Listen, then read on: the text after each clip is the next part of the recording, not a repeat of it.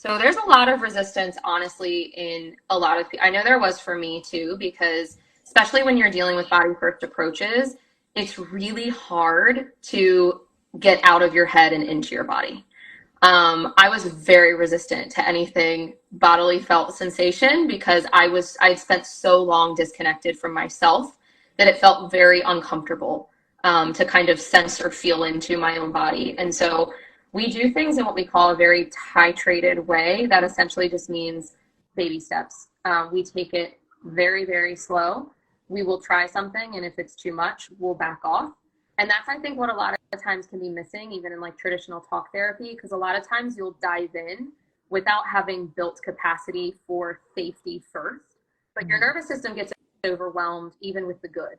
So even something like healing, if it's too fast or too much or too soon, can overwhelm your system and shut your system down. And so we do a lot very slowly. And breath work,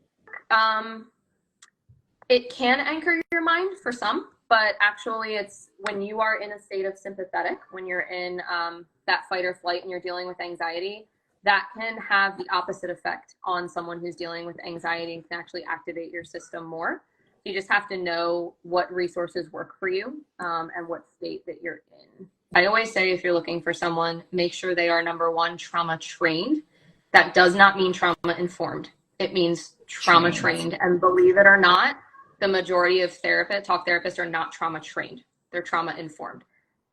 So make sure that you have proof that they are trauma trained and that they are heavy in somatic work, like that they know what they're doing with somatic work, would probably be my top two recommendations. And just knowing too that they spend time building resource and spend time building safety up before diving into anything as well. So we have some recommendations, that we give to people who are continuing to look.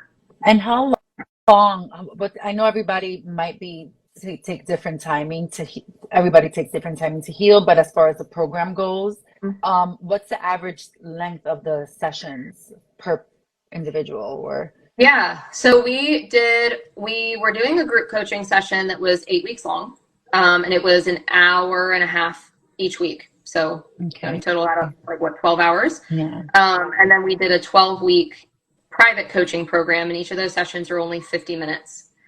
I have never not seen someone show significant improvement from session one to the last session. Wow. Ever.